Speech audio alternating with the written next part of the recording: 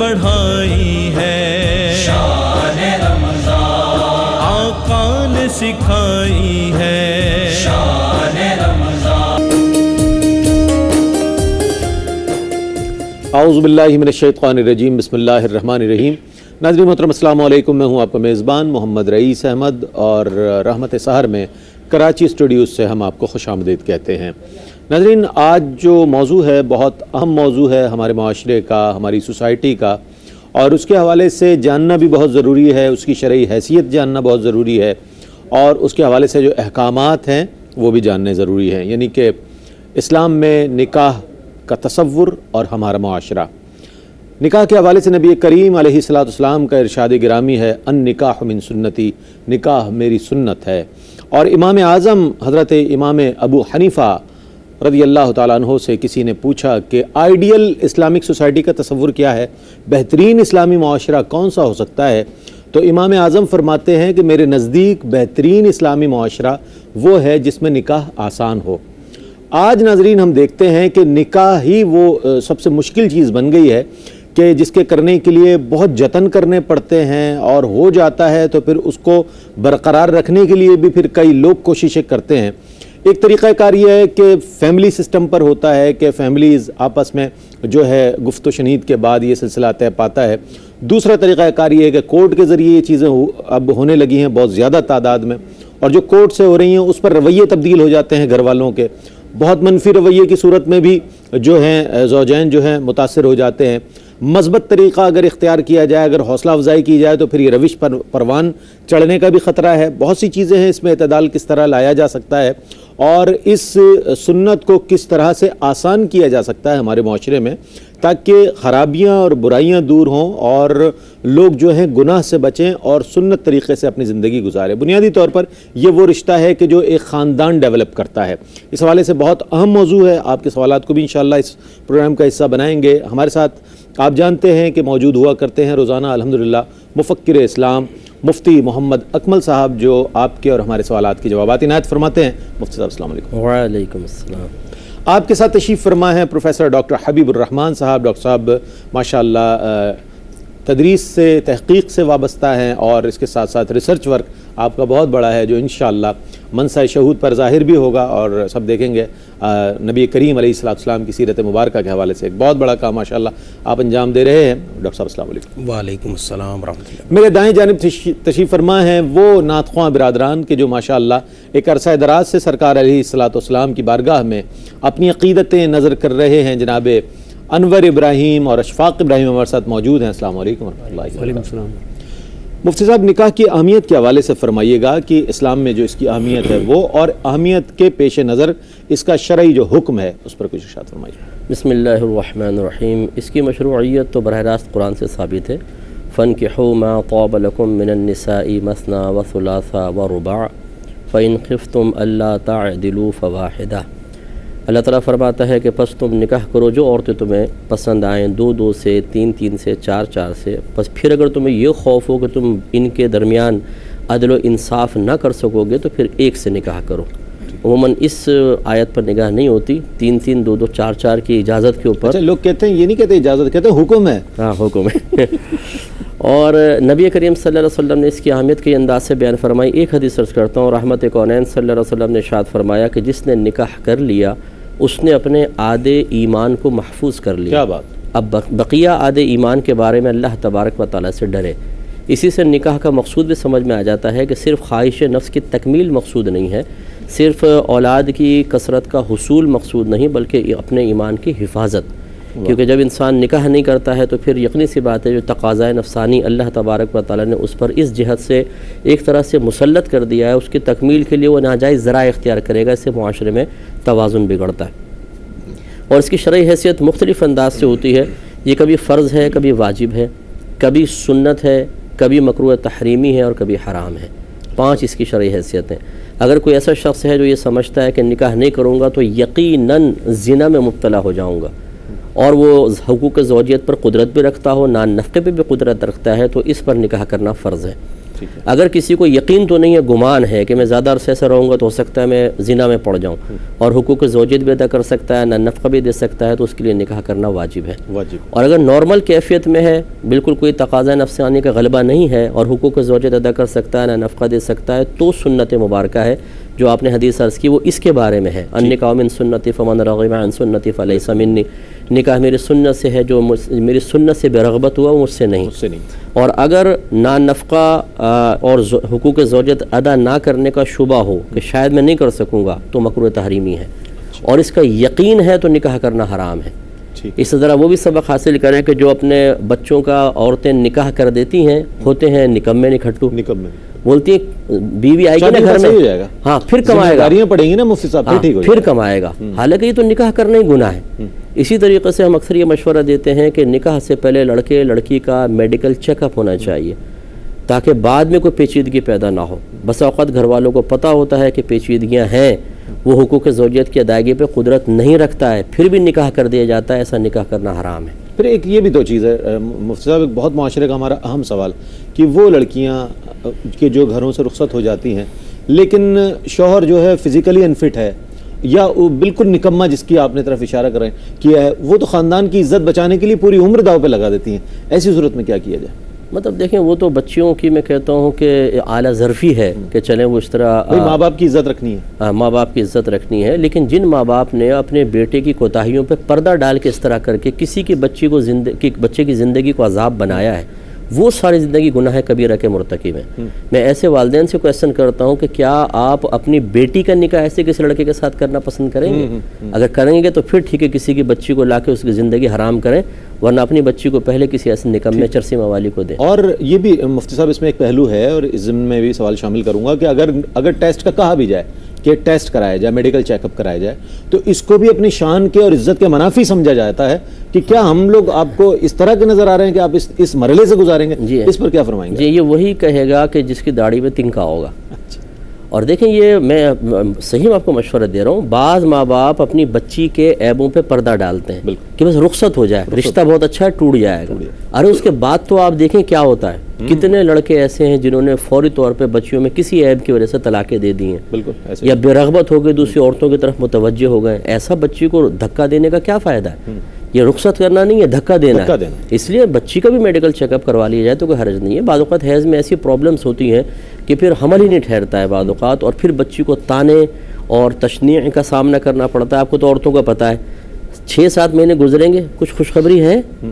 ارے بھائی تمہارا اور کوئی کام ہی نہیں ہے، تمہارے آتی تمہارے کام خوشخبری ہے نہیں، وہ پھل جڑی جلائی آگ لگائی اور وہ برقع سنبھال کے دوسرے گھر میں پہنچ گئی، بے جمالوں قسم کی۔ تو اس قسم کی جو خواتین ہیں وہ اور زیادہ گھر خراب کرتی ہیں، تو اس لیے بچی کو اس آزمائش میں مبتلا کرنے سے بہتر یہ ہے پہلے علاج وغیرہ ہو، میڈیکل چیک اپ ہو جائے گا تو پتہ چل جائے گا، علاج ہو جائے گا۔ آج کل کوئی بیماری لا علاج نہیں ہے، تو سب ہو جاتا ہے، تو بہتر ہے کہ کروایا جائے اور اس کو انا کا مسئلہ نہ بنایا جائے۔ ٹھیک ہے۔ اور ایسی صورت میں یہ بھی دیکھا گیا ہے کہ پہلے لوگ زوجین جو ہیں وہ ذہنی طور پر منتشر ہوتے ہیں، کولیپس ہو جاتے ہیں، اور پھر یہ دیکھا گیا ہے کہ خاندان جو ہے وہ پورا منتشر ہو جاتا ہے صرف ان اختلافات کی وجہ سے۔ اگر ان چیزوں کو جس کی طرف مفتی صاحب نے اشارہ فرمایا پیش نظر رکھا جائے تو ایک بہتر زندگی کا آغاز ہو سکتا ہے۔ ڈاکٹر صاحب کیا فرمائیں گے کہ رشتہ قائم کرنے کے لیے، رشتہ طے کرنے کے لیے اسلام نے جو قوانین دیے ہیں وہ کیا ہے، اور اس حوالے سے ہماری کیا رہنمائی کرتا ہے اسلام؟ جی بسم اللہ الرحمن الرحیم۔ جہاں تک رشتے کے قیام کا تعلق ہے، بنیادی طور پر رشتے خاندانوں کو بنانے کے لیے بنتے ہیں، اور اچھا کہتے ہیں آسمان پہ رشتے بنتے ہیں، یہ بھی صحیح ہے؟ یقیناً آسمان پر ہی اللہ تعالیٰ جو ہے ان رشتوں کے معاملات اور ان کے مقدرات کو طے کر چکا ہے، اور جس کا وقوع جو ہے وہ زمین پر ہوتا ہے۔ لیکن جی تو جوڑے تو آسمانوں پر بنتے ہیں، بڑی سیدھا سیدھا جملہ کہہ دیا جاتا ہے۔ اب عرفی طور پہ کہا جاتا ہے، لیکن یہ ہے کہ اصل معاملہ تو یہ ہے کہ نکاح کا معاملہ اور عقد نکاح کا معاملہ وہ اللہ کی طرف سے طے شدہ امر ہے، اور اس کا وقوع زمین کے اوپر ہی جو ہے وہ عمل میں آتا ہے۔ لیکن رہی یہ بات کہ ہمارے ہاں پوری ہماری اسلامی تاریخ کے اندر یہ نکاح کا جو معاملہ ہے اس کے طور اطوار کیا رہے ہیں، کیا خود لڑکے جا کر کے طے کرواتے رہے ہیں یا ان کے ماں باپ کی طرف سے یہ پورا معاملہ جو ہے وہ سر انجام پاتا رہا ہے، تو ہماری تاریخ یہ بتاتی ہے کہ بنیادی طور پر ہمارے ہاں لڑکا ہو یا لڑکی ہو وہ ایک گھر میں گہوارے میں پرورش پا کر کے جوان ہوتا یا جوان ہوتی ہے، اور ہمیشہ وہ اپنے تمام اہم معاملات کو اپنے سرپرستوں کے سپرد کرتے ہیں. اور بالخصوص جو ہے وہ والدین کے حوالے سے جب نکاح کا معاملہ آتا ہے تو نکاح بنیادی طور پر یہ کوئی چھوٹا فیصلہ تو ہے نہیں, بہت بڑا فیصلہ ہے کہ جس سے پوری زندگی میں آپ کا ایک ٹرننگ پوائنٹ آتا ہے. ٹھیک ہے ڈاکٹر صاحب, آپ سے مزید بات کریں گے. ناظرین ایک مختصر سا وقفہ ہے, وقفے سے لوٹیں گے تو انشاءاللہ سوالات کو شامل کریں گے. ہمارے ساتھ رہیے گا.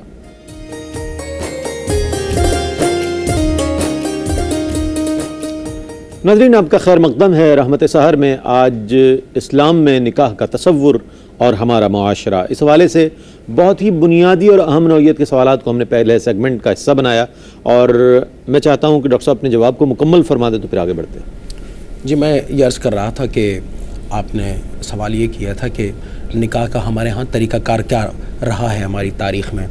تو آقا کریم صلی اللہ علیہ وسلم کے دور مبارک سے لے کر کے آج تک مسلمان نوجوان لڑکے اور لڑکیاں ہمیشہ وہ اس معاملے میں اور بالخصوص عقد نکاح کے معاملے میں اپنے سرپرست, اپنے ولی اور اپنے بالخصوص والدین کی اجازت کے ساتھ اس پورے زندگی کے اہم ترین موڑ اور مرحلے کو طے جو ہے وہ کیا کرتے تھے اور اس کام کو سر انجام کیا کرتے تھے. ہم آقا کریم صلی اللہ علیہ وسلم کی حیات طیبہ میں دیکھتے ہیں کہ خود آپ کی لخت جگر اور سیدہ النساء حضرت فاطمہ الزہرا رضی اللہ تعالی عنہا کا جب رشتے کا مرحلہ درپیش ہوا تو حضرت ابوبکر صدیق رضی اللہ تعالی عنہ پہلے تشریف لائے اور آپ نے اس خواہش کا اظہار کیا کہ ان کا رشتہ آپ کے ساتھ طے پایا جائے. حضور علیہ الصلوۃ والسلام نے بوجوہ منع فرما دیا. اس کے بعد حضرت عمر فاروق رضی اللہ تعالی عنہ آپ کے رشتے کے لیے حاضر ہوتے ہیں. حضور علیہ الصلوۃ والسلام آپ کو بھی منع کر دیتے ہیں. اس کے بعد حضرت علی رضی اللہ تعالی عنہ بذات خود اپنے رشتے کے لیے آتے ہیں, تشریف لاتے ہیں. حضور علیہ الصلوۃ والسلام آسمانی حکم کے تحت آپ کے رشتے کو قبول کر لیتے ہیں.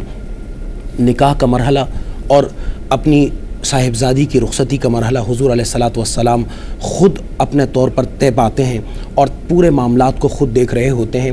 یہاں بچیوں کے لیے بالخصوص جو اہم ترین نقطہ اور معاملہ سامنے نظر آتا ہے بطور اسوہ رسول صلی اللہ علیہ وسلم کے, وہ یہ ہے کہ وہ ہمیشہ اپنے سرپرستوں ان کی اجازت کو وہ مد نظر رکھیں. اور ویسے بھی آقا کریم صلی اللہ علیہ وسلم نے فرمایا کہ لا نکاح الا بولی, اور یعنی کوئی نکاح منعقد اس وقت تک نہیں ہوتا جب تک سرپرستوں کی رضامندی اس میں شامل حال نہ ہو. اور اسی لیے اگر کوئی بچی ہے, کوئی نوجوان لڑکا لڑکی ہے اور وہ غیر کفو میں جو ہے وہ شادی کر لیتے ہیں تو ان کے سرپرستوں کو اور والدین دونوں کو یہ اختیار مل جاتا ہے کہ وہ جب چاہیں وہ اس کو فسخ بھی کر دیں. تو اس لیے ہماری یہ پوری تاریخ رہی ہے کہ جو نوجوان لڑکے اور لڑکیاں دنیا میں کیا ہو رہا ہے اور دنیا میں جو کچھ بھی ہو رہا ہے اس کے پس پش صاف بات ہے کہ کوئی اسلامی ذہنیت کارفرما نہیں اور نہ ہی اسلامی تہذیب کا کوئی کانٹیکس ہے. آپ یہ دیکھ کر کے کوئی این جی او آپ کو یا کوئی ادارہ آپ کو پروموٹ اس طور پر کر رہا ہے کہ آپ تو آزاد ہیں, اپنے بارے میں فیصلہ کر سکتے ہیں اور آپ خود یہ کام کرتے چلے جائیں. تو جب ایک نوجوان کسی تعلیمی ادارے میں ماں باپ کی اجازت اور مشورے یا بڑوں کی اجازت اور مشورے کے بغیر داخلہ نہیں لیتا تو زندگی کے اتنے بڑے امتحان میں داخل ہونے کے لیے, کیونکہ شادی صرف وقتی مسرت کا نام نہیں بلکہ زندگی کی ذمہ داریوں کو سنجیدگی کے ساتھ نبھانے کا نام ہے. اور زندگی کی ذمہ داریاں کیا ہو سکتی ہیں, آئندہ کے حالات کیا پیش آ سکتے ہیں, خاندان کس طور پہ بن سکتا ہے اور خاندان کو جن مسائل کا سامنا ہوگا اس سے عہدہ برا ہونے کی صورتیں کیا ہو سکتی ہیں, ماں باپ اور سرپرست اس کے بارے میں صحیح رائے دے سکتے ہیں اور صحیح طور پہ کوئی چیز تجویز کر سکتے ہیں. اور یہ تبھی ممکن ہے کہ جب بڑوں کو بڑا سمجھا جائے, خاندان کے بڑوں کو اہمیت دی جائے. ناظرین اس پر مزید بات کریں گے, سوالات قائم کریں گے. ہمارے ساتھ موجود ہیں انور ابراہیم اور اشفاق ابراہیم, بارگاہ رسالت مآب صلی اللہ علیہ وآلہ وسلم میں ہدیہ عقیدت پیش کرنے کی سعادت حاصل کر رہے ہیں. بسم اللہ. تنم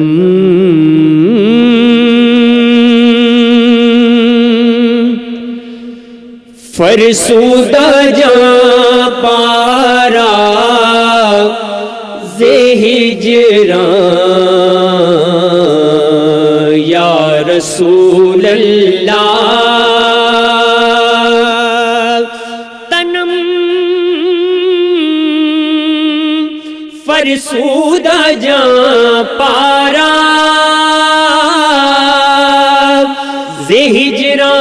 ہجران یا رسول اللہ دلم پج مردہ وارا زیسیاں یا رسول رسول اللہ دلم پژمردہ وارا زیسیاں یا رسول اللہ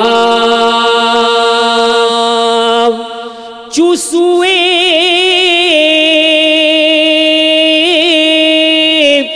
من گزر آری منے مسکی زناداری چسوے من گزر آری منے مسکی زناداری فدائے نقش نالینت فدائے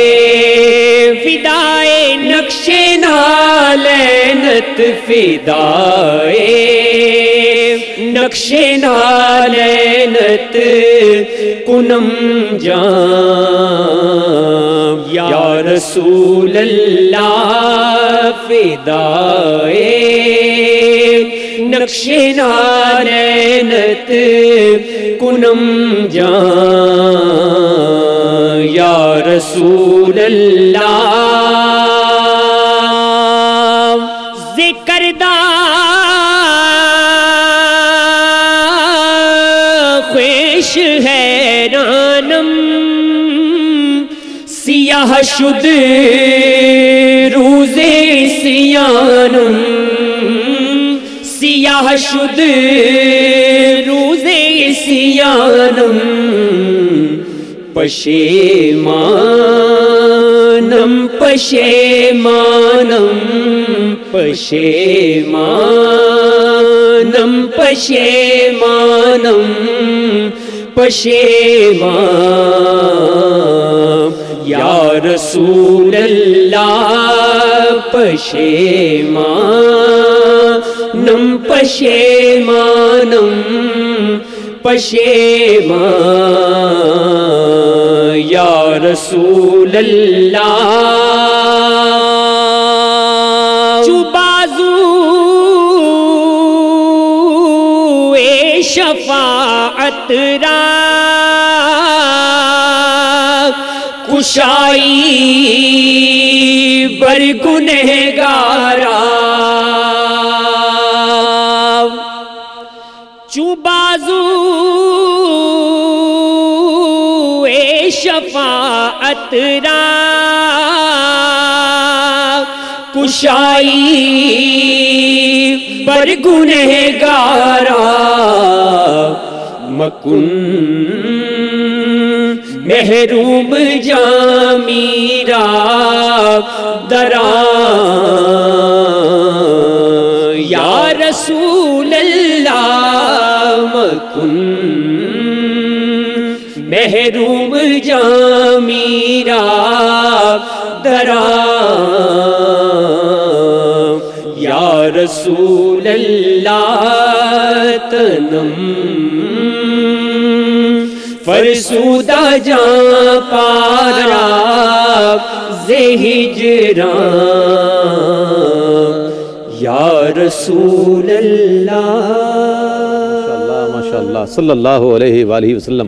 حضرت مولانا عبد الرحمن جامی رحمۃ اللہ تعالیٰ علیہ کا وہ نعتیہ کلام کے جو استغاثہ ہے بارگاہ رسالت مآب صلی اللہ علیہ وآلہ وسلم میں جو آپ نے پیش کیا، بہت ہی خوبصورت انداز میں پیش فرما رہے تھے ہمارے ثنا خانان مصطفیٰ۔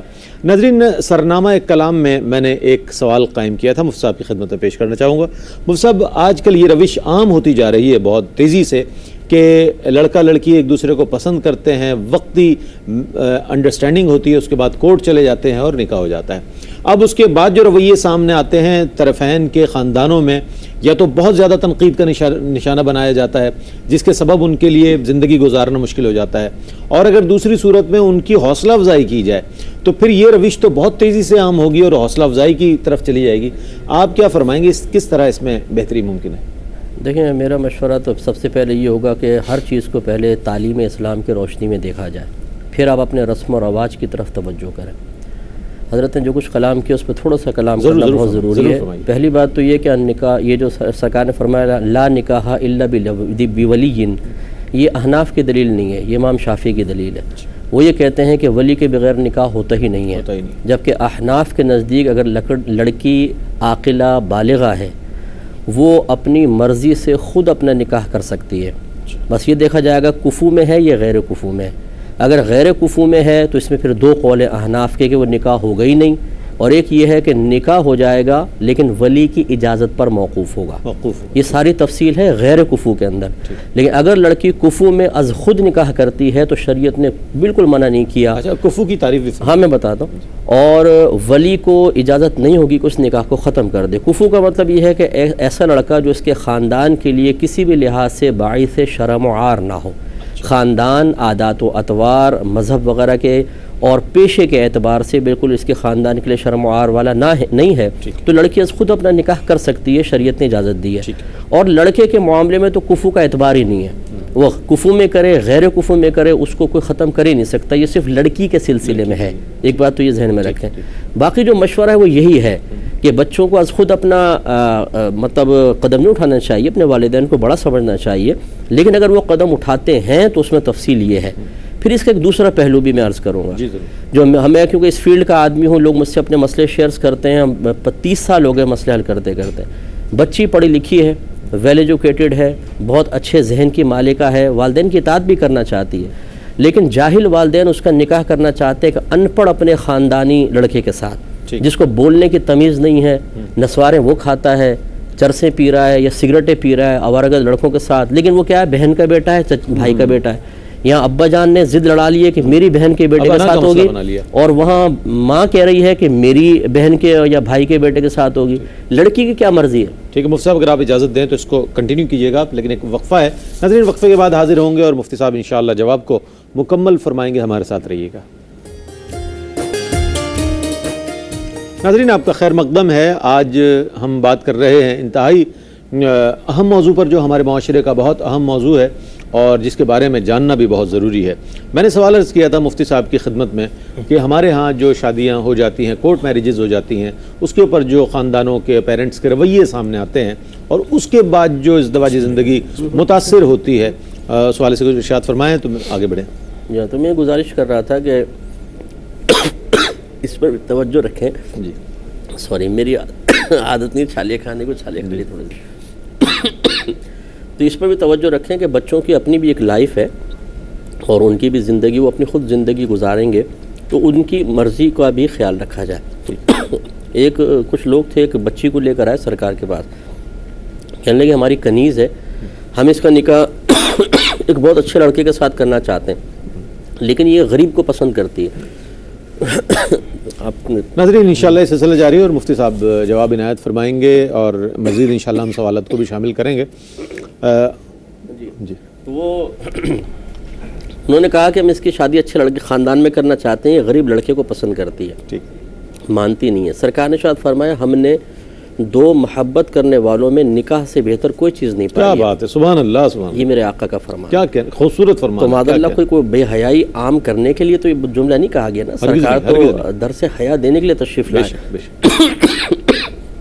تو ایک تو یہ والدین فوراً اس کو بے حیائی کی طرف منسوب کر دیتے ہیں۔ بالکل ہونا یہ چاہیے کہ بچے، میں نہیں کہتا ہوں کہ از خود قدم اٹھائیں، یہ غیر مناسب ہے، اس میں بچیوں کو بہت زیادہ آگے چل کے پریشانی کے سامنا بھی کرنا پڑتا ہے، لیکن یہ کہ والدین ان کی مرضی کو بھی ٹھیک ہے۔ اچھا ڈاکٹر صاحب، یہ جو صورت مفتی صاحب نے فرمایا کہ والدین کا اس بات پر اصرار کرنا، یعنی کہ مسلط کرنا فیصلہ، جیسے مفتی صاحب نے فرمایا تھا کہ بھائی بھائی کا بیٹا ہے، اس کے ہاں کرنی ہے، بہن بیوی کی خواہش ہے کہ میرے خاندان میں ہو جائے، شوہر کی خواہش ہے کہ میرے بچوں کی شادی میرے خاندان میں ہو جائے، یہ جو تناؤ ہے اس سے کس قدر بگاڑ پیدا ہوتا ہے۔ دوسری بات یہ کہ شادی کی شرعی عمر کیا ہے۔ آج ہمارے ہاں یہ کانسیپٹ بہت تیزی سے پھیل رہا ہے کہ جناب اس حوالے سے جس سے چاہے لوگ سوال کر لیتے ہیں۔ الحمدللہ RYQ-TV کو تو مستند علماء دین میسر ہیں، ہم جہاں سے سوالات آپ کی خدمت میں پیش کرتے ہیں۔ آج اس حوالے سے کچھ فرمائیے گا۔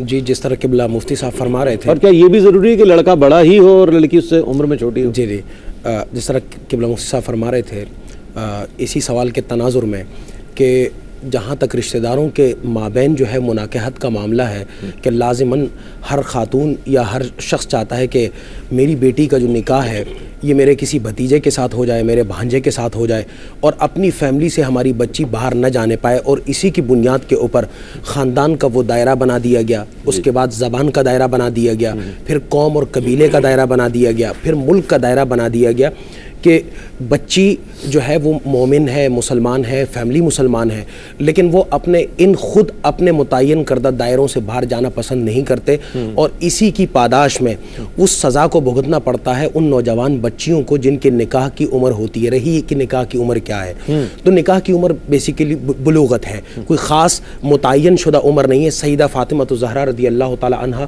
کا جب نکاح ہوا تو اس وقت آپ کی عمر مبارک 15.5 سال جو ہے وہ تھی، اور حضرت علی رضی اللہ تعالی عنہ کی عمر 21 برس کی تھی، تو 15.5 برس کی جو عمر ہے یہ بلوغت کی عمر تھی۔ اور حضرت عائشہ رضی اللہ تعالی عنہ کے حوالے سے آتا ہے کہ رخصتی کے وقت آپ کی جو عمر مبارک تھی وہ 9 اور بعض روایت میں 10 کی آتی ہے۔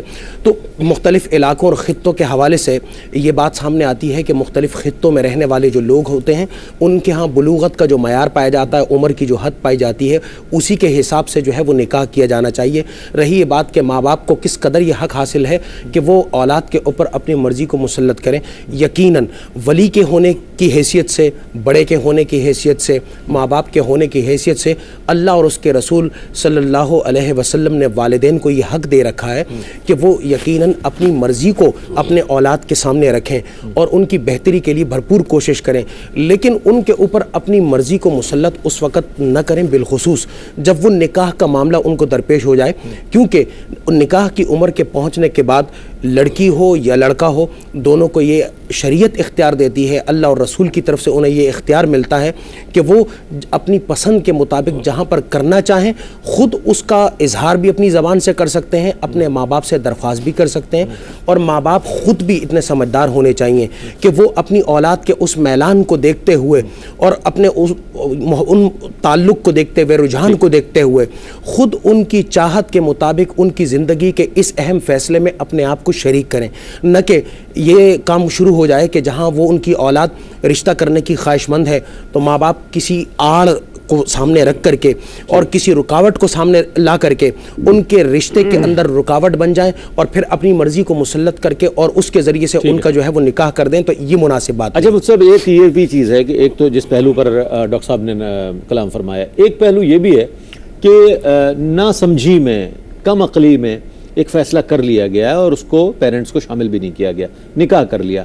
اب وہ دونوں اس بات پر ذہنی طور پر ایگری ہیں کہ نہیں بھائی ہم زندگی نہیں گزار سکتے ساتھ، اور ہم سے فیصلہ غلط ہو گیا، تو ایسی صورت میں کیا کیا جائے؟ کیا وہ زبردستی زندگی ساتھ گزاریں یا کوئی اس کے علاوہ بھی کوئی حل ہے اس کا؟ مطلب ہم ایک اس طرح کے کوئی قدم اٹھا لیتا ہے تو ایک ایسا ماحول کریٹ ضرور کر دیتے ہیں کہ واپسی کے دروازے بند کر دیتے ہیں، یا تو غیرت کے نام پہ قتل کا معاملہ ہوتا ہے، اور یا پھر اگر اس قتل و غارت کا اوپر کوئی قدرت نہیں پاتا تو پھر قطع تعلق کا معاملہ کر دیتے ہیں کہ اب تم چلی گئی ہو تو تم پہ دروازے بند ہیں، تم نے ہمارے خاندان کی عزت کو جو ہے۔ اچھا، اب وہ عموماً ایسے ہی ہوتا ہے کہ ہمارے ہاں فیس بک پہ دوستی ہو گئی یا کالج کے اندر، لڑکا لڑکی یہ نہیں سمجھتے، خود وہ اپنے بارے میں غور و تفکر کر لیں کہ جب ہم کسی سے وقتی طور پہ مل رہے ہوتے ہیں اور اس سے کچھ حاصل کرنا ہوتا ہے تو ہم 50 تکلفات کے پردے اپنے اوپر ڈالتے ہیں۔ یقیناً اگر میں غصیلا شخص ہوں تو کیا میں کسی لڑکی کے سامنے غصے کا بار بار اظہار کروں وہ شادی کے لیے راضی ہوگی؟ پھر وہ اگر میں بخیل اور کنجوس ہوں تو کیا میں اس کو پھر وہ آئس کریم وغیرہ کھلانے سے روکوں گا؟ ذریعے بہا دیے جاتے ہیں، ذریعے بہا دیے جاتے ہیں۔ تو جب انسانوں کو چیز حاصل کرنی ہوتی ہے نا تو وہ سامنے والے کو متاثر کرنے کے لیے ہر طریقہ اختیار کرتا ہے، تو ایسی ملمہ کاری ایک دوسرے کے اوپر طاری ہوتی ہے اور اس سے متاثر ہو کے وہ قریب آتے ہیں۔ اب جب وہ ختم ہو جاتی ہے، لیلا حاصل ہو گئی، اور اب وہ جو اس کی خوبصورتی تھی، جو وہ سب کچھ، ایک بچہ پیدا ہوا نہیں کہ وہ خوبصورتی ختم ہو گئی، فٹ بال بن گئی 2 منٹ میں، 1 سال کے اندر، اب وہ سارے خواب چکنا چور ہو گئے۔ اب آئے حقیقت کا سامنا کرنے کے لیے۔ ایک میرا شاگرد تھا، اس کی شادی ہوئی تو میں نے اس کو فون کیا، بھائی کیا ہوا، کیسی زندگی گزر رہی ہے؟ 1 سال گزر گیا تھا، کہہ رہا مجھ سے مجھے تو پیمپروں نے مار دیا۔ تو وہ اس طرح ہوتا ہے کہ پھر وہ تنخواہیں آدھی تو پیمپروں میں چلی جاتی ہیں، آدھی پھر وہ حقیقت کے سامنے لانا الگ ہے، پھر لگانا الگ ہے، اور بدلنا زیادہ باتھ روم میں جا کے بچے کا، یہ ڈیوٹی بھی لگ جاتی ہے بعض اوقات۔ خلاصہ کلام یہ ہے کہ فلمیں ڈراموں کے خوشنما نتائج دیکھ کر اپنی زندگی کے لیے کچھ خواب مرتب کر لینا اور حقیقت سے قطع نظر صرف نظر کرنا، یہ ان کی زندگی کو تباہ کرتا ہے۔ اچھا واپسی کا دروازہ ہے نہیں، پھر نتیجہ کیا نکلتا ہے؟ معاذ اللہ ثم معاذ اللہ، یہ تک حضرت نتیجہ نکلا ہے کہ لڑکا چھوڑ کر بھاگ گیا اور لڑکی نے جسم فروشی شروع کر دی۔ ایسے ایسے نتائج میں نکلے۔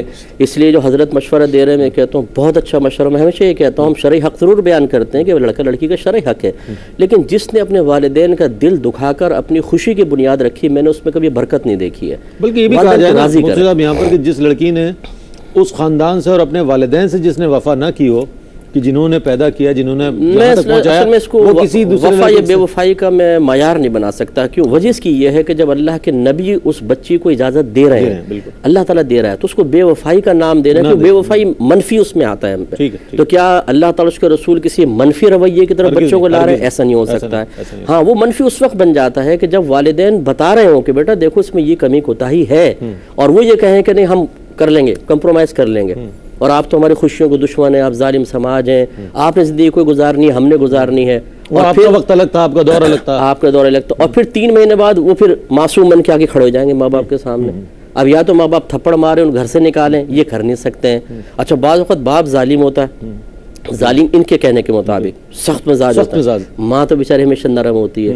اب باپ کہہ رہا ہوتا ہے نکل جا، دفع ہو جا، میں تجھے نہیں گھر میں گھسنے دوں گا۔ ماں بیچاری تڑپ رہی ہے، وہ پریشان ہو رہی ہے۔ اس طریقے سے بچوں کے جو قدم ہیں جو بے راہ روی کی طرف بعض اوقات غلط طریقے سے اڑ جاتے ہیں، وہ سب کے لیے تباہی کا سبب بنتا ہے۔ یقیناً بہت عمدہ انداز میں مفتی صاحب نے اپنا جواب مکمل فرمایا۔ ناظرین ایک پہلو یہ بھی ہے کہ آج ہمارے ہاں جو ڈرامہ ہم دیکھ رہے ہوتے ہیں ٹیلی ویژن پر، اس میں بہت سے ایشوز ایسے ہوتے ہیں کہ جس پر لوگ اپنے مستقبل کے فیصلے کر رہے ہوتے ہیں، اور لڑکیاں لڑکے اپنے مستقبل کا فیصلہ کر رہے ہوتے ہیں کہ اس طرح اگر کیا جائے تو یہ ایک ایسی چیز ہے کہ جس کے ذریعے ہم اپنا مقصود حاصل کر لیں گے، یہ بھی ہے۔ اور دوسری بات یہ کہ پھر جو ڈرامے میں دکھایا جا رہا ہے کہ ایک نکاح ہے، اس کے بعد عقد ثانی کیا جا رہا ہے، اس سے گھر متاثر ہو رہا ہے، اس پر بھی ہم انشاءاللہ بات کریں گے کہ اس کا حل کیا ہے۔ بریک کی جانب بڑھ رہے ہیں، بریک کے بعد لوٹیں گے، وقفے کے بعد ہمارے ساتھ رہیے گا۔ ناظرین آپ کا خیر مقدم ہے۔ اسلام میں نکاح کا تصور اور ہمارا معاشرہ، بہت بنیادی نوعیت کے سوالات کو ہم نے شامل کیا، کوشش کی ہے کہ جو سوالات آپ کے ذہنوں میں موجود ہیں انہیں شامل کیا جائے، مختصر لیکن جامع انداز میں جوابات آپ تک پہنچائے گئے ہیں۔ شامل کر رہے ہیں نعت رسول مقبول صلی اللہ علیہ وآلہ وسلم۔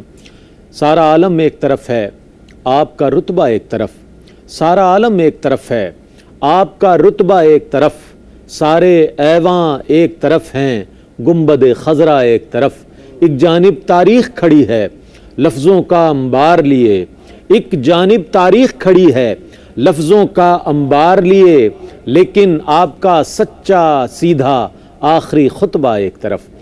شامل کر رہے ہیں نعت رسول مقبول صلی اللہ علیہ وآلہ وسلم۔ بسم اللہ۔ جہاں بھی ہو وہیں سے دو صدا سرکار سنتے ہیں، جہاں بھی ہو وہیں سے دو صدا سرکار سنتے ہیں، جہاں بھی ہو وہیں سے دو صدا سرکار سنتے ہیں، سرے آئینہ سنتے ہیں، پسے دیوار سنتے ہیں، سرے آئینہ سنتے ہیں، پسے دیوار سنتے ہیں، اور میری ہر سانس ان کی آہٹوں کے ساتھ چلتی ہے، میری ہر سانس ان کی آہٹوں کے ساتھ چلتی ہے، اور میرے دل کے دھڑکنے کی بھی وہ رفتار سنتے ہیں، میرے دل کے دھڑکنے کی بھی وہ رفتار سنتے ہیں، اور میں صدقے جاؤں ان کی رحمت للعالمین کے، میں صدقے جاؤں ان کی رحمت للعالمین کے، کہ پکارو چاہے جتنی بار وہ ہر بار سنتے ہیں، پکارو چاہے جتنی بار وہ ہر بار سنتے ہیں، اور گناہگاروں درود والہانہ بھیج کر دیکھو، گناہگاروں درود والہانہ بھیج کر دیکھو، وہ اپنے امتی کا نغمہ کردار سنتے ہیں، وہ اپنے امتی کا نغمہ کردار سنتے ہیں،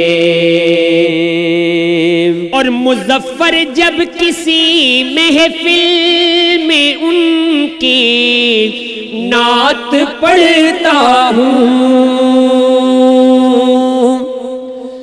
مظفر جب کسی محفل میں ان کی نعت پڑھتا ہوں، تو میرا ایمان ہے وہ خود میرے اشعار سنتے ہیں، میرا ایمان ہے وہ خود میرے اشعار سنتے ہیں، جہاں بھی ہو وہیں سے دو صدا سرکار سنتے ہیں۔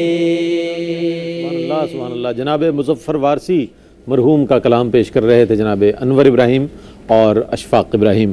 مصعب، میں نے سوال یہ آپ کی خدمت میں پیش کیا تھا کہ آج ہمارے ہاں جو مختلف چینلز پر ڈرامے آتے ہیں اس میں یہ دکھایا جاتا ہے کہ ایک لڑکی نے جو ہے شادی کر لی، پھر وہ اگر مالی طور پر مستحکم شخص ہے تو وہ دوسری بھی کر رہا ہے، تیسری بھی، پھر اس کے خلاف سازشیں ہو رہی ہیں۔ تو یہ کیا تعمیری طرف لے کر جا رہے ہیں یا لوگوں کو انتشار کی طرف لے کے جا رہے ہیں اس طرح سے کہ لوگ اس طرح کریں اور نقصان اٹھائیں؟ کیا کہیے گا، یہ کیا کردار ادا کر رہا ہے ہمارے معاشرے میں؟ دیکھیں، مسئلہ یہ ہوتا ہے کہ بعض اوقات نیت اور کسی کا کسی چیز سے نتیجہ اخذ کرنا یہ باہم مختلف ہوتے ہیں۔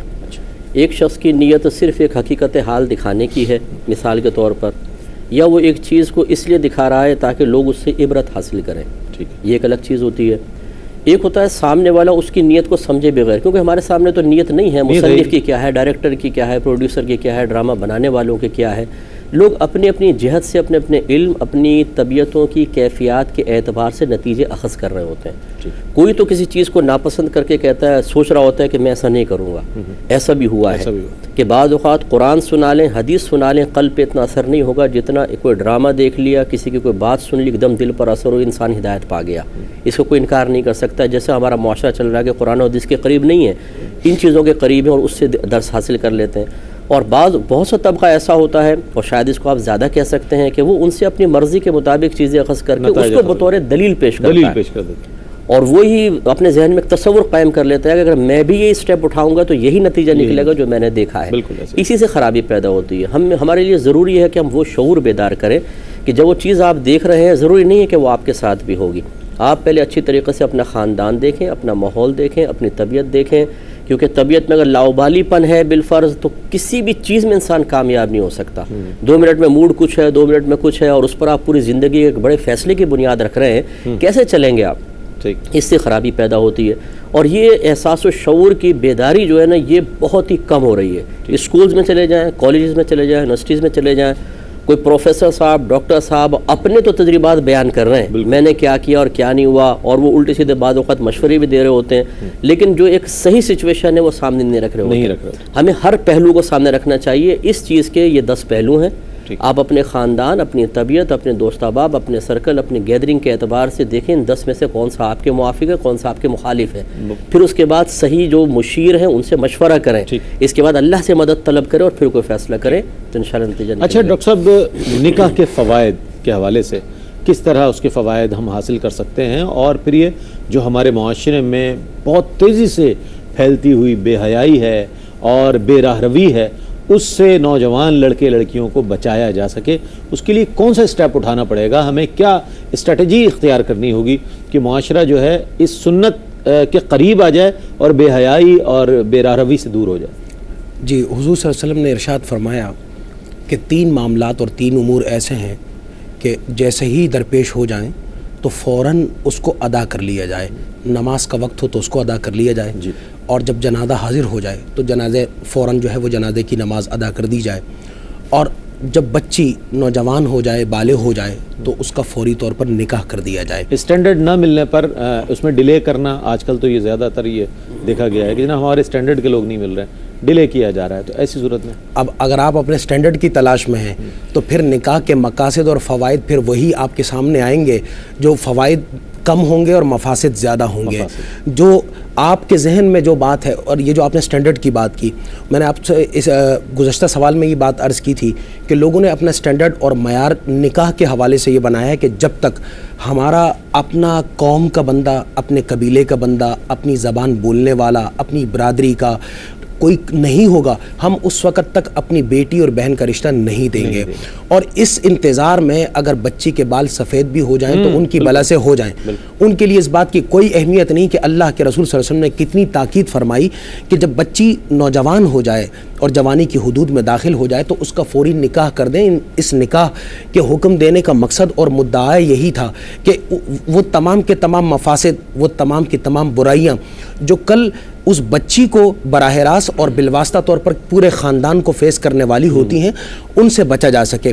تو اس لیے حضور علیہ الصلوۃ والسلام نے جو فرمایا کہ النکاح من سنتی، تو یہ سنت فرما کر کے اس بات کی ترغیب دی کہ لڑکا ہو یا لڑکی ہو، وہ دونوں جو ہیں جب اس عمر کو پہنچ جائے تو ان کا نکاح کر دیا جائے. ایک تو اس سے ان کا ایمان بچتا ہے، ایک جو تقویٰ کی کیفیت ہوتی ہے مزید بہتر ہوتی ہے، خاندان بنتا ہے، آگے جو نسل ہے وہ چلتی ہے، اہل ایمان اس میں اضافہ ہوتا ہے، باہم تعلقات وہ بڑھتے ہیں. اس لیے حضور علیہ الصلوۃ والسلام کے اس پیمان پر لڑکے اور لڑکی دونوں کے تناظر میں عمل پیرا ہوا جائے گا تو یقیناً وہ تمام مفاسد اور برائیوں سے محفوظ ہونے کی صورت بنے گی. میں بہت شکریہ ادا کروں گا ڈاکٹر صاحب آپ کی تشریف آوری کا. آپ تشریف لائے، انور ابراہیم، اشفاق ابراہیم، آپ تشریف لائے، ماشاءاللہ بہت عمدہ کلام پیش کیا. آپ سے ایک اور کلام سنیں گے آخر میں. اور ناظرین، جیسا کہ آپ جانتے ہیں کہ اذان فجر جو ہے وہ کراچی اسٹوڈیو سے براہ راست نشر کی جائے گی. شاہ رخ قادری اذان انشاءاللہ اذان فجر دیں گے، اور اس کے بعد جب ہم آپ کی خدمت میں حاضر ہوتے ہیں تو قبلہ مفتی محمد اکمل صاحب ہمارے ساتھ موجود ہوا کرتے ہیں. آپ کے سوالات ہوتے ہیں اور جوابات آپ تک پہنچائے جاتے ہیں. ہمارے ساتھ رہیے گا. اذان فجر کے وقفے کی جانب بڑھ رہے ہیں، اس کے بعد آپ کی خدمت میں دوبارہ حاضر ہوں گے. ہمارے ساتھ رہیے گا.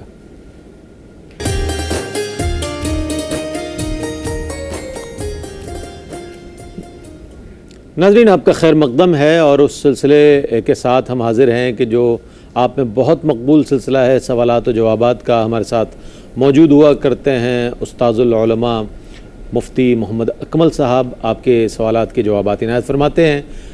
کالر کو شامل کرتے ہیں. السلام علیکم. وعلیکم السلام سر. جی، کیا کہیں گے طلحہ؟ جی، میرے اسی موضوع کے حوالے سے 2 سوال تھے. جی. پہلا سوال میرا یہ کہ آج کل کے دور میں کسی لڑکی پر کس طرح سے اعتماد کیا جائے تاکہ اس کے ساتھ اپنی بچی کا رشتہ کیا جا سکے. ٹھیک ہے، بہت شکریہ اس پروگرام میں شامل ہونے کے لیے. ایک اور کالر ہیں. السلام علیکم. السلام علیکم. وعلیکم السلام. جناب ٹیلی ویژن سیٹ کی آواز بند کر دیں. میں سعودیہ سے بات کر رہا ہوں، بشیر. جی. تو یہ گلی میں کوئی رشتہ دار نہیں ہے، کوئی فوت ہو جاتا ہے تو اس کے نام کا عمرہ کر سکتے ہیں؟ ٹھیک ہے، اور کوئی سوال؟ ٹھیک ہے، بہت شکریہ جی صاحب۔ پہلا یہ تھا کہ لڑکے پہ اعتماد کیسے کر سکتے ہیں، کسی لڑکے پہ رشتے کے لیے؟ لڑکے پر یا لڑکی پر کیسے اعتماد کیا جائے؟ دیکھیں یہ اب علم غیب تو ہمارے پاس ہے نہیں، یہی ہوتا ہے کہ اس کے اطراف میں ذرا لوگوں سے معلوم کر لیتے ہیں، جو خاندان میں ہوتے ہیں اور باہم مشاورت ان سے کر سکتے ہیں، ان سے کر لیا جاتا ہے، یا جو اس کے دوست احباب ہوتے ہیں ان سے مشاورت کر لی جاتی ہے۔ اور آج کل ہمارے ایک اور چوتھی چیز چل گئی ہے استخارہ، کہ استخارہ بھی کروا لیتے ہیں، اگرچہ وہ انتہائی ناقابل اعتماد ہوتا ہے، کیونکہ استخارہ خود اپنے لیے انسان کرنا چاہیے، ہم دوسروں سے کرواتے ہیں، وہ فوراً کیلکولیشن کر کے تسبیح گھما کے بتا دیتے ہیں، جو اتنا قابل اعتماد نہیں ہوتا ہے۔ لیکن بہرحال ان تمام امور کے بعد پھر اللہ کے اوپر بھروسہ کر کے انسان عملی قدم اٹھائے۔ اب وہ موافق نکل آئے یہ بھی اللہ کی مرضی ہے، وہ مخالف نکل آئے تو اللہ کی طرف سے آزمائش ہے، لیکن کوئی ایسا طریقہ نہیں ہے کہ آپ 100% اپنے موافق کسی شخص کا انتخاب کسی طریقے سے کر سکیں۔ اور رشتہ دار فوت ہو جائیں تو ان کے نام کا بالکل عمرہ کر سکتے ہیں، یہ بھی کر سکتے ہیں کہ خود کریں اور ثواب اس کا ان کو ایصال کر دیں، دونوں طریقے جائز۔ ٹھیک ہے، اچھا مصطفیٰ، کل صدقہ فطر پر بات ہو رہی تھی آپ سے، ہم یہ جاننا چاہیں گے کہ اس کے لیے مستحق افراد کو کس طرح تلاش کیا جائے، چونکہ عام طور پر یہ ہوتا ہے کہ اس کے حصول کے لیے لوگ دور دراز سے علاقوں کو چھوڑ کر شہروں میں آ جاتے ہیں اور پھر وہ پیشہ ور گداگر ہوتے ہیں۔ کیا فرمائیں گے اس حوالے سے کن لوگوں تک یہ چیز پہنچائی جائے تاکہ وہ بھی عید کی خوشیوں میں شامل ہو جائیں؟ دیکھیں یہ بالکل غلط طریقہ ہوتا ہے کہ اس طرح کے پیشہ وروں کو دے کر ان کی حوصلہ افزائی کرنا۔ یہ کیوں آتے ہیں اتنے بڑے شہروں کی طرف جھوک در جھوک؟ یہ ملتا ہے تو آتے ہیں نا، کراچی میں دیکھیں نا پلوں کے نیچے پورے ڈیرے لگائے ہوئے لوگوں نے، آباد ہو جاتی ہیں۔ جی ہاں، تو اسی لیے کہ ان کو مل رہا ہے اور اس سے ان کی حوصلہ افزائی ہوتی ہے۔ یہ غلط طریقہ کار ہوتا ہے۔ اپنے محلے میں بس سب سے پہلے اپنے خاندان میں، پھر اپنے محلے میں دیکھیں جو سفید پوش قسم کے لوگ ہیں جو کسی کے سامنے دست سوال دراز کرتے ہوئے اپنی خاندانی غیرت کی وجہ سے بیچارے شرم و عار محسوس کرتے ہیں، انہیں فطرہ کہہ کے نہیں، زکوٰۃ کہہ کے نہیں، شریعت نے اس کی اجازت دی ہے کہ دل میں زکوٰۃ فطرے کی نیت کر لیں، زبان سے عیدی کہہ کر، گفٹ کہہ کر، تحفہ کہہ کر دے سکتے ہیں تاکہ ان کی عزت نفس بھی ملحوظ رہے اور ان کی امداد بھی ہو جائے۔ بہت اچھی بات ہے، اس چیز کو پیش نظر رکھنا بہت ضروری ہے کہ ہم جب اپنے مسلمان بہن بھائیوں کی مدد کریں تو کوشش کی جائے کہ ان کی عزت نفس مجروح نہ ہو، بلکہ انہیں گفٹ کے طور پر جس طرح مفتی صاحب نے فرمایا دیا جائے تاکہ ان کی حوصلہ افزائی بھی ہو اور وہ بھی آپ کی طرح عید کی خوشیاں منا سکیں۔ ہمارے ساتھ کالرز ہیں۔ السلام علیکم۔ السلام علیکم۔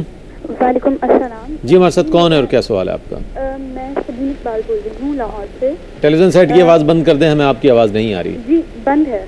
جی ذرا سا لاؤڈ بولیں آپ یا؟ جی میرے دو سوالات ہیں۔ ایک یہ کہ اگر نماز کے دوران منہ میں مطلب چھینک آئے تو ریشہ یا پتنگ وغیرہ منہ میں آ جائے تو مطلب اس کو منہ میں ہی رکھنا چاہیے، اور دوسرا سوال کیا مطلب منہ میں ہی رکھنا چاہیے، اور دوسرا سوال میرا یہ ہے کہ اسلام میں لیڈیز کو نامحرم کے سامنے جاتے ہوئے منہ کو کور کرنا ضروری ہے؟ ٹھیک ہے، دوسرا آپ تک پہنچ گئے؟ جی بہت شکریہ آپ کا۔ ایک اور کالر ہے۔ السلام علیکم۔ مراد کیا لے جائے گی جناب؟ کون صاحب ہیں اور کیا سوال ہے؟ ہلو السلام علیکم۔ وعلیکم السلام، سوال بتائیے گا جناب۔ مفتی صاحب سے سوال ہے کہ میں 2015 رمضان شروع ہونے سے پہلے پلاٹ سننے اور پیسے کی زکوٰۃ دی تھی، 2015 کی بات کر رہا ہوں۔ 2016 میں وہی پیسہ سننا اور پلاٹ کی زکوٰۃ دی ہے۔ میرا ایک سوال یہ ہے کہ 2015 رمضان سے لے کے 2016 رمضان شروع ہونے سے پہلے تک میں نے جو پیسہ کمایا ہوا ہے کیش پیمنٹ ہے، اس پہ زکوٰۃ لگے گی کہ نہیں؟ کیونکہ کنفیوژن ہوتا ہے کہ ایک سال پورا ہونا، اس سے کیا مراد رکھتا ہے؟ ٹھیک ہے جناب، ٹھیک ہے، بہت شکریہ۔ کوئی اور کالر ہے ہمارے ساتھ تو ہم شامل کر لیتے ہیں ورنہ جواب آتی جائے۔ جناب جی یہ انہوں نے شاید کہا کہ نماز کے دوران کوئی شے منہ میں آ جائے تو کیا حکم شرع ہوگا؟ تو اگر کوئی ریزہ وغیرہ آ جاتا ہے اس کو آپ پھینک سکتے ہیں نماز میں اس طریقے سے کہ کوئی لفظ نہ بنے، اور بعض اوقات تو تھوک وغیرہ آ جاتا ہے منہ میں تو اس کو آپ کپڑے میں لے سکتے ہیں عمل قلیل کے ذریعے، اگر وہ رکاوٹ ڈال رہا ہے تو اس طریقے سے کرنا منقول ہے، کر سکتے ہیں۔ ایک انہوں نے شاید کہا تھا کہ نامحرم کے سامنے منہ کو کور کرنا کیا ضروری ہوتا ہے؟ اس میں دو صورتیں ہوتی ہیں. اگر حالت احرام میں کوئی خاتون ہیں تو پھر تو چہرہ کور نہیں کر سکتی ہیں. ہاں کسی چیز کی آڑ کر سکتی ہیں, جیسے گتا وغیرہ کو سامنے کر لیا تاکہ نظر نہ پڑے. اور وہاں تو عموماً ایسا ہوتا ہے کہ اکثر خواتین کیونکہ چہرہ حالت احرام میں کھولنا لازم ہوتا ہے تو اتنی پرواہ بھی نہیں کرتی ہیں, نہ اتنا کوئی ایک دوسرے کے چہرے کو کوئی دیکھ رہا ہوتا ہے. پھر بھی اگر کرنا چاہے تو گتے وغیرہ سے کر سکتے ہیں. اور خاندان وغیرہ میں اگر پورا یہ چہرہ کور ہے, مطلب اسکارف وغیرہ جیسے پہنا ہوا ہے اور سامنے کا حصہ کھلا ہوا ہے, تو شریعت نے اس کی یقیناً اجازت دی ہے. یہ ستر میں داخل نہیں ہوتا, لیکن علماء نے بہتر فرمایا کہ اپنے چہرے کو ڈھک لیا جائے, نقاب کر لیا جائے, کیونکہ لوگ چہرے کو دیکھ کے ہی تبصرہ کرتے ہیں, چہرے کو دیکھ کے ہی غلط تصور ذہن کے اندر قائم ہوتا ہے. اس لیے ایک باحیا خاتون کو اپنا چہرہ چھپانا ہی چاہیے. ایک انہوں نے کہا کہ یہ سال جو ہے یہ کس طرح کمپلیٹ ہوگا, اندازہ کیسے کریں. یہ اچھی طرح یاد رکھیں, یہ اسلامی تاریخ کے اعتبار سے سال معتبر ہوتا ہے. جیسے فرسٹ رمضان کو آپ مالک نصاب ہوئے تو اگلے فرسٹ رمضان کو دیکھا جائے گا. اس میں ہو سکتا ہے کہ انگلش مہینے کے اعتبار سے کم یا زیادہ دن ہو, یعنی کہ شعبان تک بھی نہیں ہوتا, فرسٹ رمضان پر. فرسٹ رمضان وہی جو, بلکہ اعلیٰ حضرت رحمۃ اللہ علیہ نے فرمایا کہ اس دن کا گھنٹہ اور منٹ بھی نوٹ کر لیں کہ اس سے بھی ڈیز میں فرق پڑتا ہے. 6 بجے سے 6 بجے ہوگا, اس طریقے سے فرق پڑ جاتا ہے. تو بہتر یہ ہے کہ جیسے آپ مالک نصاب ہوں وہ تاریخ, دن اور وقت وغیرہ نوٹ کر لیں. جب وہ 1 سال بعد وہی تاریخ, دن اور وقت آئے تو سمجھ لیں سال پورا ہو. ٹھیک. ہمارے ساتھ کالر ہیں. السلام علیکم. وعلیکم السلام جناب, کون صاحب ہیں اور کیا سوال ہے؟ سر محمد شفیق. جی محمد شریف صاحب, کیا کہیے گا؟ جی سوال سر یہ ہے کہ رمضان المبارک میں وطروں کی نماز میں امام صاحب تیسری رکعت میں رکوع چلے جاتے ہیں بجائے کہ دعائے قنوت پڑھنے کے, اور پیچھے سے ان کو حکمت دیا جاتا ہے وہ کھڑے ہو کے قیام کی حالت میں آتے ہیں, پھر دعائے قنوت پڑھتے ہیں, پھر رکوع کرتے ہیں, اور پھر سجدے کرتے ہیں, پھر سجدہ صاحب کرتے ہیں اور نماز کو تمام کر دیتے ہیں. کچھ آدمی کہتے ہیں کہ آپ کی نماز نہیں ہوئی. اگر نہیں ہوئی تو کیا اس کی پھر قضا ہوگی؟ کیونکہ یہ 2-3 دن پہلے کی بات ہے. ایک تو سوال یہ ہے, اور دوسرا یہ ہے کہ کیا رمضان کے روزے یا کوئی فرض نماز پڑھنے کے بعد آپ یہ دعا کر سکتے ہیں کہ یا باری تعالیٰ یہ جو میں نے روزہ رکھا تھا آج, اس کا اجر و ثواب میرے ماں باپ کو یا بہن بھائی کو کسی کو بھیج دے, کیا یہ جائز ہے؟ ٹھیک, بہت شکریہ محمد شریف صاحب. ہمارے ساتھ ایک اور کالر ہیں. السلام علیکم. السلام علیکم. السلام جناب, کون صاحب ہیں اور کیا سوال ہے؟ جی وعلیکم السلام. محمد اقبال ہوں بحرین سے. جناب یہ پتہ کرنا تھا کہ ایک رشتہ دار ہے جس کا پتہ نہ ہو کہ اس کے پاس اتنا صاحب نصاب ہے یا نہیں ہے, تو اس کو زکوٰۃ دے سکتے ہیں؟ ٹھیک ہے جناب. ایک اور کالر ہے ہمارے ساتھ. السلام علیکم. السلام علیکم. جی السلام علیکم. وعلیکم السلام. سوال بتائیے گا. میرا سوال یہ ہے کہ کیا خضاب لگانا ہی منع ہے یا پھر یہ کلر لگانا بھی, جو ہم ایئر ڈرائر وغیرہ کرتے ہیں؟ جی وہ ٹھیک ہے, بہت شکریہ. جی صاحب, یہ دیکھیں, پہلی بات تو یاد رکھیں لقمے کا جو انہوں نے مسئلہ معلوم کیا, نماز میں اگر کسی کا لقمہ بغیر ضرورت کے لیا جائے تو اس سے نماز فاسد ہو جاتی ہے, ٹوٹ جاتی ہے. کیونکہ امام اعظم رضی اللہ تعالیٰ عنہ کے نزدیک نماز میں تعلیم و تعلم سے نماز ٹوٹ جائے گی. تعلیم مانے کسی کو کچھ سکھانا, تعلم مانے کسی سے کچھ سیکھنا, اور لقمہ بھی سیکھنے سکھانے میں ہی آتا ہے. لیکن چونکہ اس کی بعض اوقات ضرورت پیش آتی ہے, کیونکہ اگر قرات میں غلطی ہو گئی تو نماز فاسد ہو جائے گی, تو ضرورت کے تحت اس کو جائز قرار دیا. یعنی کہ سامنے غیر ضروری طور پر لقمہ نہیں دے سکتا. تو جو چیز ممنوع چیز ضرورت کی وجہ سے جائز ہوتی ہے وہ ضرورت کے وقت ہی جائز ہوتی ہے, ورنہ ویسی حرام رہتی ہے. یہ اصول ہے. اب یہاں مسئلہ یہ ہے کہ اگر دعائے قنوت کسی سے نہیں پڑھی اور رکوع میں چلا گیا تو واپس آنے کی ضرورت نہ تھی, انہیں آخر میں صرف سجدہ سہو کرنا تھا. تو اگر انہوں نے کسی کا لقمہ قبول کر کے کھڑے ہو گئے تو بلا ضرورت لقمہ قبول کیا, تو حکم اپنی اصل پر آئے گا کہ بلا ضرورت اگر لقمہ لیا تو تعلیم و تعلم پایا گیا اور اس سے نماز فاسد ہو گئی.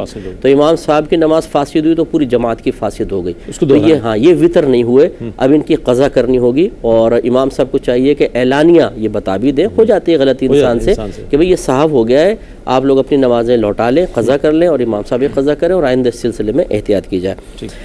دیکھیں شرعی مسئلہ یہ ہے کہ عمل چاہے فرض ہو, واجب, سنت, نفل, مستحب, سب کا ثواب ایصال کیا جا سکتا ہے. ہمارے علماء اسلام یہ بیان فرماتے ہیں لہذا اگر روزہ رکھا تو اس کا ثواب اجر و ثواب بھی والدین کو بھیج سکتے ہیں, ان کو انشاءاللہ مکمل ملے گا اور ان کے ثواب میں کمی بھی نہیں ہوگی. ایک انہوں نے فرمایا کہ اگر کسی رشتہ دار کا مالک نصاب ہونا معلوم نہ ہو تو کیا ان کو زکوٰۃ دے سکتے ہیں؟ دیکھیں ظاہر کا یہ اعتبار ہوتا ہے، اس طرح کی تحقیق کرنا جس سے سامنے والے کی دل آزاری ہو وہ بھی شریعت پسند نہیں کرتی ہے. تو آپ بس ان کے ظاہر کو دیکھ لیں، ایک دفعہ گھر چلے جائیں، اٹھنا بیٹھنا دیکھیں، ذرا لیونگ اسٹینڈرڈ دیکھ لیں تو اندازہ پھر بھی بہت کچھ ہو جاتا ہے. پھر بھی اگر آپ نے دے دی اور بعد میں اندازہ پتہ چلا کہ وہ مالک نصاب تھے، آپ کی زکوٰۃ ادا ہو جائے گی، بشرطے کہ آپ نے پہلے تحری کر لی تھی، غور و تفکر کر لیا تھا، اور بغیر تحقیق کے آپ نے دے دی بعد میں پتہ چلا تو پھر ادا نہیں ہوگی. تو غور و تفکر ضروری ہے، جتنی استطاعت میں ہے، اس طرح کے سامنے والے کی دل آزاری بھی نہ ہو تو پھر ان کو دے دیں، اللہ تعالیٰ قبول اپنے طور پر مطمئن ہو جائیں. اپنے طور پر. ہمارے ساتھ ایک اور کالر ہیں. السلام علیکم. جی وعلیکم السلام. جناب کون صاحب ہیں، کیا سوال ہے؟ جی عبدالرحمان، میں نارتھ امریکہ سے بات کر رہا ہوں. جناب کویشچن یہ ہے کہ چونکہ ڈائبیٹک اور کچھ اور میڈیکل کنڈیشنز ہیں تو روزہ نہیں رکھ سکتا، لیکن اس وقت روزہ نہ رکھنے کے ساتھ ساتھ اتنی پیسے نہیں ہیں میرے پاس کہ میں کسی کو رکھوا سکوں، لیکن امید کرتا ہوں جلدی مطلب میرے پاس پیسے ہوں گے تو میں بعد میں پے کر سکتا ہوں، کسی کو رکھوا سکتا ہوں. ٹھیک ہے جناب، بہت شکریہ. ہمارے ساتھ ایک اور کالر ہیں. السلام علیکم. وعلیکم السلام ورحمۃ اللہ. جناب کون صاحب ہیں اور ذرا لاؤڈ بولیں گے آپ تو مجھے. میں سرور لاہور سے عرض کر. جناب سرور صاحب کیا کہیے گا؟ میرا سوال ہے اگر کوئی اعتکاف میں بیٹھا اور شدید بیمار ہو گیا کہ اس سے باہر یعنی ماہر ڈاکٹر کے پاس جانا ضروری ہے اس کے لیے، اس کی وجہ سے اس نے اعتکاف اپنا توڑ دیا، تو کچھ دنوں میں وہ ٹھیک ہو جاتا، تو انہی اعتکاف کے دنوں میں یہ وہ اسی مسجد میں یا کسی اور مسجد میں ایک دن کی قضا کر سکتے اعتکاف کی؟ ٹھیک ہے، بہت شکریہ. ایک اور ہمارے ساتھ کالر ہیں اور اس کے بعد پھر جوابات کی جانب بڑھیں گے. السلام علیکم. وعلیکم السلام. جناب جی سر، سوال یہ ہے کہ آدمی جب اعتکاف میں جو بیٹھتا ہے اور جو وہ سائڈ میں کپڑا لگاتا ہے اور اس کے علاوہ جو منہ کے اوپر کپڑا ڈالتا ہے وہ ہر ٹائم ڈالنا جائز ہے یا نہیں ہے؟ ٹھیک، آپ کے سوال کا جواب لیتے ہیں. جی مستر. ایک یہ بہن نے پوچھا تھا کہ کیا خضاب مطلقاً لگانا منع ہے یا دوسرے کلرز یوز کر سکتے ہیں؟ دیکھیں صرف کالے رنگ کو منع کیا گیا ہے اور اس میں مرد و عورت کی کوئی تخصیص نہیں ہے، لہٰذا مرد بھی کالا رنگ استعمال نہیں کر سکتا، خاتون بھی نہیں کر سکتی ہیں. اب مردوں کے لیے دیگر براؤن کلر ہے جیسے یا مہندی کا کلر ہے یوز کر سکتے ہیں، اور خواتین کے لیے مطلقاً اجازت ہے، وہ کسی بھی قسم کا کلر استعمال کر سکتی ہیں سوائے بلیک کے.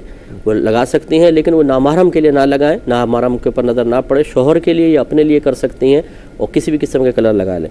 ایک انہوں نے کہا کہ روزہ میں نہیں رکھ سکتا ہوں اور ابھی فدیہ دینے کی بھی میرے اندر استطاعت نہیں ہے، لیکن میں امید رکھتا ہوں آگے کبھی ایسا ہوا تو میں انشاءاللہ فدیہ ادا کر دوں گا، تو کیا حکم شرع ہوگا؟ تو ایسی صورت میں جب کہ استطاعت نہیں ہے دونوں چیزوں کی تو اللہ تعالیٰ وسعت عطا فرمانے والا ہے. لا یکلف اللہ نفسا الا وسعہا. اللہ تعالیٰ کسی جان کو اس کی ہمت سے زیادہ آزمائش میں مبتلا کرتا ہی نہیں ہے. تو آپ بس اللہ تعالیٰ کی رحمت سے امید رکھیں، اللہ تعالیٰ آپ کو صحت دے، تو جب آپ کے پاس پیسے ہو جائیں تو آپ فدیہ ادا کر دیجیے گا. ایک یہ کہتے ہیں کہ اعتکاف میں شدید بیمار ہوئے، اعتکاف توڑ دیا، تو اس کی قضا کا تو انہوں نے صحیح کہا کہ ایک دن قضا کرنی ہوتی ہے. کسی بھی بعد میں دن غروب آفتاب سے پہلے مسجد میں اعتکاف کے نیت سے داخل ہو جائیں، رات گزاریں، اگلا دن گزاریں، مغرب تک وہاں پہ رہیں گے تو اعتکاف کی قضا ہو جائے گی. اب ان کا سوال یہ کہ اسی رمضان میں کر سکتے ہیں کہ نہیں، تو یہ بالکل کر سکتے ہیں، چاہے تو اسی رمضان میں کر لیں، چاہے پھر عام دنوں کے اندر بھی کر لیں، قضا ادا ہو جائے گی. ایک دن اس طرح ان کو کرنا ہوگا. ایک یہ منہ پہ کپڑے کا جو مسئلہ ہے یہ ہمارے یہ بزرگوں نے اصل میں نکال لیا ہے اور ریڈی میڈ مسئلہ ہے. یہ غالباً یہ ایسا ہے کہ پہلے دور میں چونکہ استنجا خانے وغیرہ مسجد کے اندر نہیں ہوتے تھے تو یہ گھروں میں جاتے تھے. اب وہ رستے میں پتہ نہیں چلتا تھا، لوگ کھڑے ہو کے بات شروع کر دیتے تھے تو وہ کپڑا لپیٹ لیا کرتے تھے تاکہ دور سے پتہ چل جائے بھی یہ معتکف ہے. لیکن یہ کوئی شرعی طریقہ نہیں ہے، نہ یہ کوئی سنت ہے کہ منہ پہ کپڑا لپیٹ کر باہر نکلنا. تو یہ کپڑا منہ کھول کے بھی نکل سکتے ہیں، اگر کوئی ان کی بات کرنے لگے تو اشارہ کر دیں. اختراع ہے، ہاں یہ اپنی اختراع ہے، یہ کوئی سنت نہیں ہے، یہ اپنی اختراع ہے. اور اب تو بالکل اس کی ضرورت بھی نہیں ہے کیونکہ اکثر مساجد میں استنجا خانے وغیرہ ہوتے ہیں تو کپڑے ڈھکنے کی کوئی ضرورت نہیں ہے. ہمارے ساتھ کالر ہیں. السلام علیکم. وعلیکم السلام. جناب کون صاحب ہیں اور کیا سوال ہے؟ سوال ہمارا ہے کہ کوئی انتقال کر گیا، اس کے روزے باقی ہیں تو کوئی رہ سکتا ہے یا پیسہ نکالنا پڑے گا؟ ٹھیک ہے، ایک اور کالر ہے ہمارے ساتھ. السلام علیکم. السلام علیکم جناب. وعلیکم السلام ورحمۃ اللہ. کیا کہیے گا؟ جی میں ساجد بات کر رہا ہوں سعودیہ سے. جی تو میرا سوال یہ ہے کہ مفتی صاحب سے یہ سوال ہے کہ میرے بھائی ہیں صاحب نصاب ہیں یا نہیں، یہ مجھے صحیح پتہ نہیں ہے، لیکن یہ ہے کہ اگر ان کو زکوٰۃ میں دینا چاہوں تو یہ ایسے عیدی یا گفٹ کے دے سکتے ہیں یا لازمی کہ زکوٰۃ کہنا ضروری ہے اس کے لیے؟ ٹھیک ہے، بہت شکریہ جناب. جی صاحب. جی ایک انہوں نے کہا کہ کسی کا انتقال ہو گیا، روزے باقی ہیں تو ان کی جگہ روزے رکھ سکتے ہیں یا فدیہ دینا ہوگا؟ دیکھیں ایک اصول یاد رکھیں کہ عبادات 3 طرح کی ہوتی ہیں. بعض خالصتاً بدنی عبادت ہے، یعنی اس میں مال کے خرچ کا کوئی دخل نہیں ہے، جیسے نماز روزہ. بعض خالصتاً مالی ہیں، یعنی مال ہی سے خرچ کر کے ہی عبادت ادا ہوتی ہے، بدن کا کوئی اس میں حصہ نہیں ہے، جیسے قربانی وغیرہ یا زکوٰۃ آپ لے لیجیے. اور تیسرا ہوتا ہے مال اور بدن کا مجموعہ، جیسے حج. تو جو بدنی عبادت ہوتی ہے یہ کسی اور کی طرف سے کبھی بھی نہیں کر سکتے. مالی عبادت چاہے عذر ہو یا نہ ہو، دوسرا کسی اور کی طرف سے اس کی اجازت سے ادا کر سکتا ہے. اور جو مالی اور بدنی کا مجموعہ ہے یہ اگر عذر ہے تو دوسرا اس کی طرف سے کر سکتا ہے، ورنہ نہیں کر سکتا.